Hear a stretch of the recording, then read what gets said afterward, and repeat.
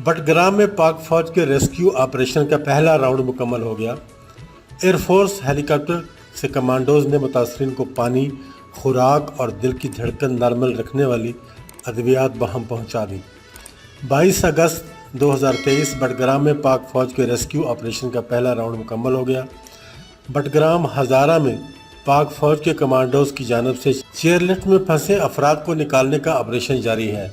Air force helicopter से commandos ने मुतासरीन को पानी, खुराक और दिल की धड़कन नॉर्मल रखने वाली अद्वियात पहुंचा दी।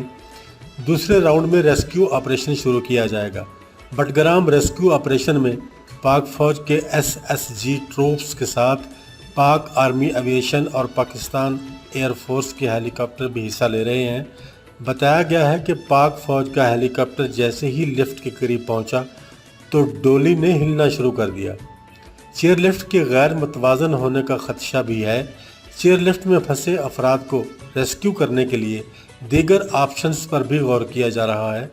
आलाई पश्तों के मकाम पर चेयरलिफ्ट में फंसे अफराद को रेस्क्यू करने के लिए पाक फौज का दूसरा हेलीकॉप्टर भी कुछ देर कबल वहां पहुंचा। पाक आर्मी रेस्क्यू हेलीकॉप्टर बटग्राम पहुंचकर एरिया की रैकी कर रहा है। रैकी करने के बाद बड़े मोहतात अंदाज में रेस्क्यू ऑपरेशन को किया जाएगा। बटग्राम चेयरलिफ्ट रेस्क्यू ऑपरेशन के लिए पाक आर्मी के स्पेशल सर्विसेज ग्रुप की सिलिंग ऑपरेशन में माहिर टीम भी बटग्राम रवाना हो गई। SSG की टीम बटग्राम रेस्क्यू ऑपरेशन में हिस्सा लेगी। पाक फौज रेस्क्यू ऑपरेशन के लिए तमाम वसाइल बरूए कार ला रही है। हेलीकॉप्टर के हवाई प्रेशर से चेयरलिफ्ट गैर मुतवाज़न होकर टूट भी सकती है। चेयरलिफ्ट की बुलंदी 1500 फुट है। लिफ्ट में 8 लोग मौजूद हैं।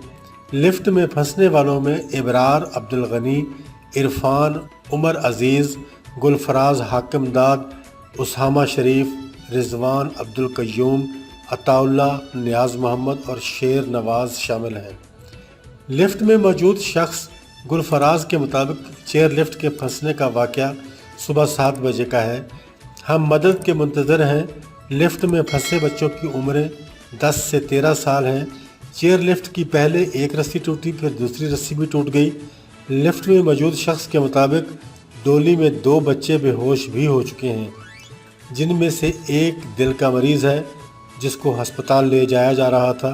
बच्चे खौफ की वजह से बेहोश हुए हैं।